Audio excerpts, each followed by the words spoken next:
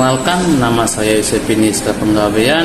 Saya dari grup FI23B. Di sini saya akan menjelaskan tugas dari komunikasi data. Adapun pertama saya akan jelaskan yaitu adalah persamaan di antara ketiga jaringan antara MAN dan WAN dan LAN, dan dapat digunakan berhubungan antar komputer sama-sama menggunakan perangkat lunak seperti protokol TCP, IP, dan HTTP. Sedangkan perbedaan tiga jaringan ini, MAN atau Metropolitan Area Network adalah sebuah jaringan komputer yang menghubungkan komputer dalam area metropolitan yang bisa berupa mencakup suatu kota besar. Oke, sedangkan WAN atau Wide Area Network sebuah jaringan komputer besar yang menghubungkan sekelompok komputer dalam jarak yang jauh. Dan WAN juga sering digunakan oleh perusahaan besar untuk menghubungkan jaringan antar kantor. LAN adalah kecil area network, sedangkan LAN sendiri ialah jaringan komputer yang menghubungkan komputer dalam area terbatas seperti sekolah, kampus, atau gedung, kantor, dan lain-lain, karena jaringan ini terbatas. Dua, ada beberapa istilah yakni sering digunakan dalam komunikasi data, dan sedikitnya ada tiga konteks. Yang pertama adalah yaitu seperti data adalah sebuah kumpulan informasi atau keterangan-keterangan dari sebuah hal-hal yang diperoleh dari suatu pengamatan dan dapat berupa simbol, angka, properti. Kedua adalah persinyalan. Persinyalan adalah sebuah kumpulan teori yang membedakan komunikasi antara individu atau bisa seperti bersamaan yang berubah menurut waktu, ruang, atau variabel-variabel bebas. Ketiga, transmisi. Sedangkan transmisi adalah sebuah komponen yang terdapat pada mesin dan berfungsi untuk mengubah kecepatan serta kecepatan dan tenaga putar yang didapat dari mesin. Lalu saya akan menjelaskan juga apa itu fungsi-fungsi, elemen-elemen kunci pada model. Ada 5 seperti source atau sumber. Alat ini berfungsi dapat mengubah informasi media, video, atau teks. Kedua, transmitter atau pengirim, berfungsi untuk memproses data atau informasi yang berasal dari sumber yang tadi awal, source. Oke. Lanjut, transmission, sistem atau sistem transmisi. Ini berupa jalur transmisi tunggal yang berfungsi menghubungkan sistem sumber dengan sistem tujuan. Secara fisik ini dapat berupa mesin, word, atau media wireless. Ketiga, receiver atau ini penerima.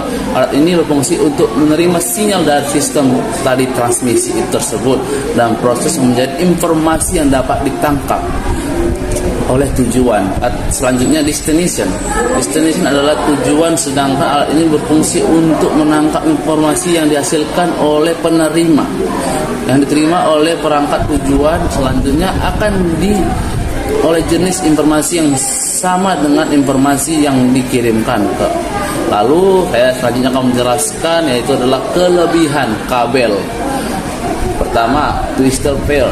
Kelebihan memiliki karakteristik menghilangkan interferensi. Kabel ini juga mengurangi dampak interferensi elektromagnetik pada sinyal elektronik, dan kabel twisted pair yang ini juga lebih fleksibel dan mudah diportkan. Kedua, lanjut yaitu adalah rasial kabel. Kabel ini memiliki konduktor bagian dalam yang dikelilingi oleh lapisan isolasi dengan lapisan pelindung. Ketiga yaitu adalah serat optik. Sedangkan kelebihan kabel yang satu ini berbeda dengan kabel lainnya, dan kabel ini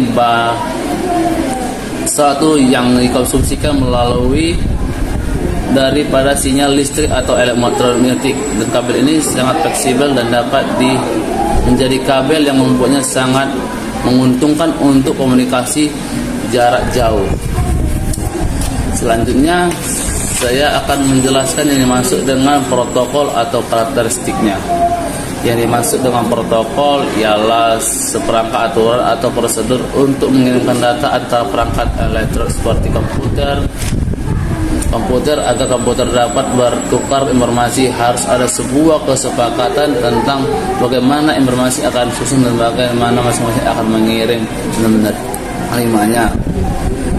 Contohnya langsung, tidak ada aturan tertentu dalam menghubungkan jaringan. Halnya dapat terjadi apabila jaringan yang berjalan memakai sistem point to point. Tidak langsung, sistem dihubungkan dengan switch dan ada aturan tertentu untuk menghubungkan ke dalam jaringan. Ketiga, monolitis, itu tugas-tugas komunikasi data sebuah diperlengkapkan sebagai sebuah unit. Keempat, struktur. Serangkaian protokol mempunyai beberapa lapisan. Simetris, yaitu komunikasi dapat dilakukan pada entiti yang sejenis. Keenam, tidak simetris. Ini diterapkan pada protokol yang mempunyai tingkatan yang lebih tinggi atau lebih rendah. Ketujuh, standar. Protokol yang digunakan sebagai standar penghubung jaringan, contohnya TCP atau ID. Kedelapan adalah non-standar. Protokol yang dibuat untuk situasi atau kondisi tertentu. 6. Adapun 7 bagian dari lapisan OSI. Yang pertama adalah lapisan fisik, lapisan yang mengaruh pada media komunikasi fisik. Kedua, lapisan tautan atau daton. Lapisan ini mengacu pada teknologi yang digunakan untuk menghubungkan di seluruh mesin. Ketiga, lapisan jaringan. Lapisan ini berkaitan dengan konsep seperti perbuatan penerusan. Keempat, lapisan pengangkutan. Lapisan pengangkutan ini adalah untuk memastikan bahwa paket data tiba dalam urutan yang benar. Kelima, lapisan sesi. Lapisan ini bertanggung jawab untuk koordinasi jaringan di antara dua aplikasi terpisah. Keenam, lapisan presentasi. Lapisan ini berkaitan dengan simetris dan yaitu sendiri untuk dikirim dan dikonsumsi oleh aplikasi. Ketujuh, lapisan aplikasi. Lapisan ini juga berkaitan dengan jenis aplikasi tertentu itu sendiri dengan metode komunikasi standarnya. Dan lalu dan selanjutnya adapun beberapa jenis gangguan yang terdapat pada transmisi. Yang pertama adalah gangguan noise. Ini akan mengganggu kualitas dari simbol terima yang diinginkan dari antaranya akhirnya mengganggu proses penerimaan dan pengiriman dana. Kedua, gangguan interferensi. Sinyal-sinyal yang berkompetensi dalam berfrekuensi yang saling tumpang tindih dapat menghapuskan sinyal.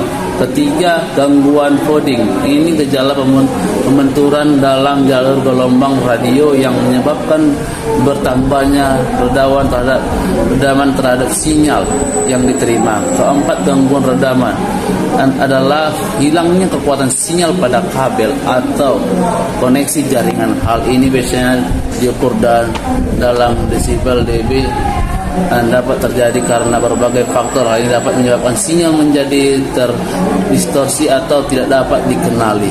Sekian dan terima kasih.